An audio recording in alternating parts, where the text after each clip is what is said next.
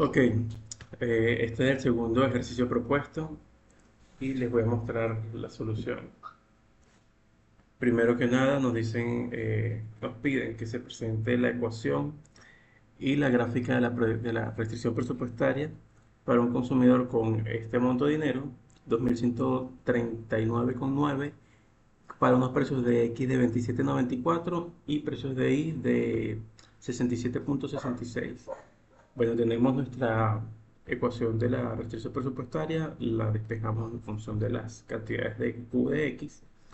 Tenemos el monto, los precios, los puntos de corte, dividimos el monto total, el ingreso entre PDX y PDI, tenemos entonces los puntos de corte, el máximo que se puede comprar de cada una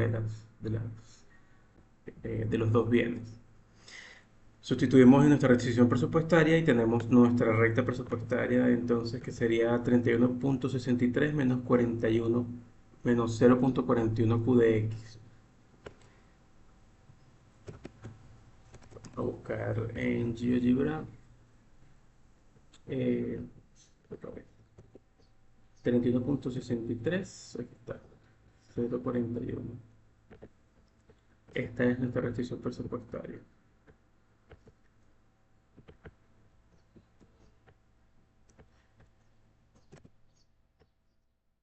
Luego nos dice,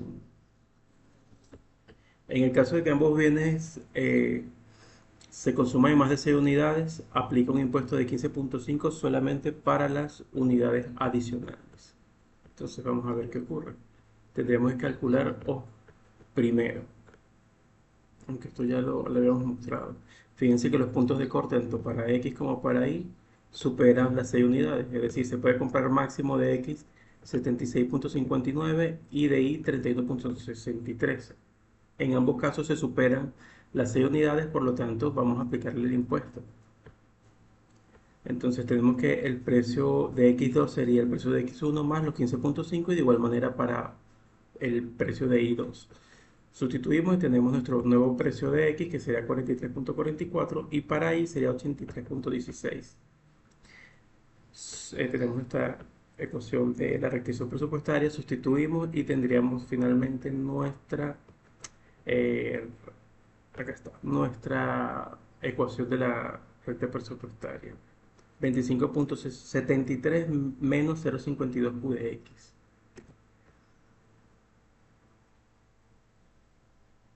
Acá está. 25,73 menos 0,52 Q de X. Fíjense que se contrae la curva. Ahora, ¿qué pasa si una persona va a comprar 6 unidades de Y?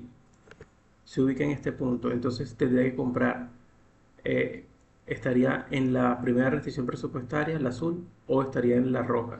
Igual, si va a comprar 6 cantidades de X, se ubicaría en la primera restricción presupuestaria o en la segunda. Entonces vemos que tenemos una dificultad aquí porque esa restricción presupuestaria, como está planteada, no nos está representando los casos que están para antes de 6 unidades en caso de X y de Y. Entonces para eso tenemos que modificar. Sabemos que cuando X supera las 6 unidades, eh, digamos, estamos aquí. Vamos a partir por el eje X. Si estoy dentro de las 6 unidades, me debería ubicar en la primera restricción presupuestaria y a partir de ella salto a la restricción presupuestaria de color rojo, la que se ha contraído. Entonces tendría que ser una sola curva que me represente a los dos. De igual manera, en el caso de Y, cuando Y supera las 6 unidades, vamos a reflejarlo en X como sería. Si yo tengo mi restricción presupuestaria, eh, espérame, esto no es. Exacto,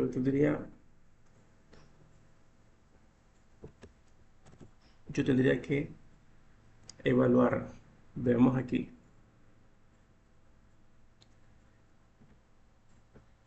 tendría que evaluar mi restricción presupuestaria para los valores de 0 a 6 en el caso de X y los mayores a X de 6 en adelante. Pero ocurre que si lo hacemos de esa manera, tendríamos un error, porque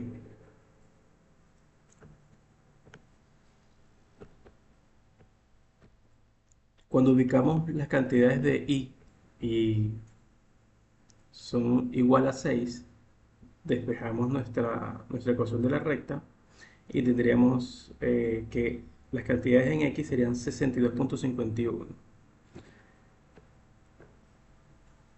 Entonces, mi ecuación de la recta cambia cuando x es mayor a 62,51. Fíjense cómo debería quedar nuestra restricción presupuestaria. Debería quedar de esta manera. Fíjense que es la mitad de la restricción inicial y la mitad de la restricción nueva. Esto se debe a que nuestra curva se debe partir. Entonces, cuando una persona va a demandar 6 unidades en I, se ubica en la restricción anterior. Y cuando supera las 6 unidades en I, pues se encarece el producto y se contrae la curva. De igual manera, en X, si la persona consume de 0 a 6 unidades, se ubica en la primera restricción presupuestaria y cuando aumentan las cantidades de 6 en adelante, se contrae la curva. Entonces, estos son lo que llamamos eh, las restricciones quebradas.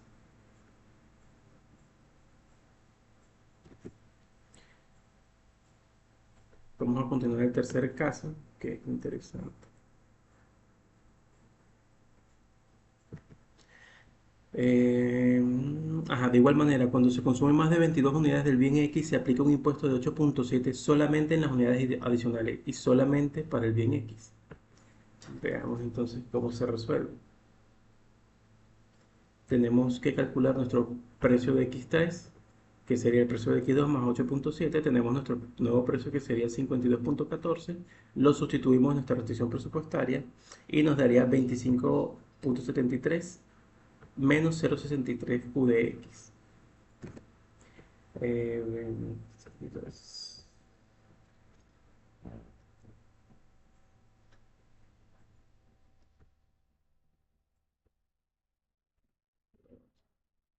25,73.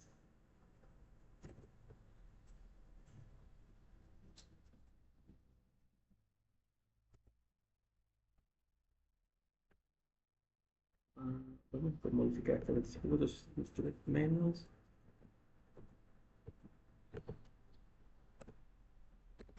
63 Q de X. Ok. Sin embargo, fíjense que esta restricción no coincide con ninguna de las anteriores. Es decir, no coincide con ninguna de las anteriores. Y esto se debe a un pequeño error que se resuelve de esta manera. Si nosotros tenemos el precio P de X2, o sea, el precio 2 para las 22 unidades, estaremos hablando de 955,68. Eso es en unidades monetarias. Si lo calculamos al precio 3, serían 1147,08 unidades monetarias. Si tenemos la diferencia, serían 191,4. Eso en unidades monetarias, pero nosotros en nuestro eje vertical, en la ordenada en el origen, lo tenemos valorado en unidades de I. Por lo tanto, no nos sirve colocarlo en unidades monetarias, sino que tenemos que dividirlo entre el precio de I.